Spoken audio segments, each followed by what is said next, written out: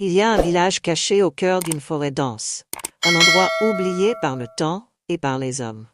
Au centre de ce village, un puits, vieux de plusieurs siècles. Aucun habitant ne s'approche de cet endroit, sauf pour avertir les voyageurs égarés de ne jamais regarder à l'intérieur.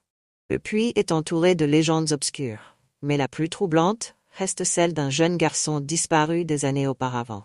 Selon les anciens, le puits n'a pas de fond. Tout ce qui y est jeté disparaît sans trace, mais ce n'est pas ce qui terrifie les villageois.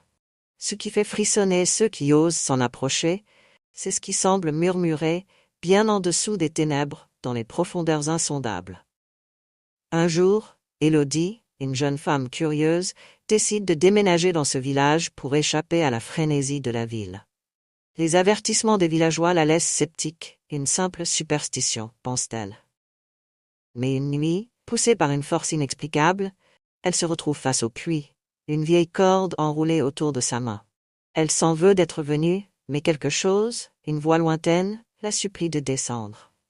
Les premiers mètres sont calmes, mais plus elle descend, plus la corde semble peser lourd. Les ombres l'enveloppent, étouffant chaque son. Soudain, un souffle glacé lui frôle la nuque, la forçant à s'arrêter net. Puis elle entend des murmures, des voix enfantines, faibles, mais bien présentes. Les mots sont indistincts, mais leur intonation est sinistre.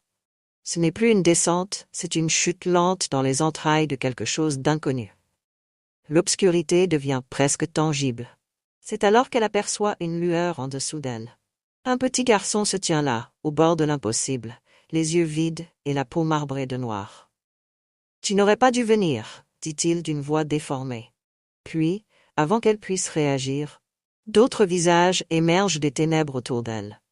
Des enfants, au corps tordu, piégés dans une danse macabre.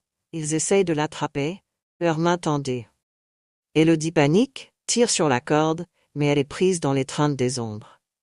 Chaque seconde passée dans le puits la rapproche du néant, où les âmes perdues l'attendent.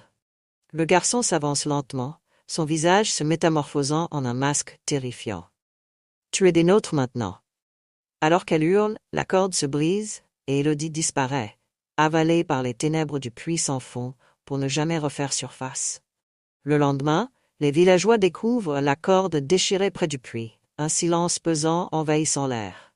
Ils savent ce que cela signifie. Une autre âme a été prise, et bientôt le puits murmurera à nouveau.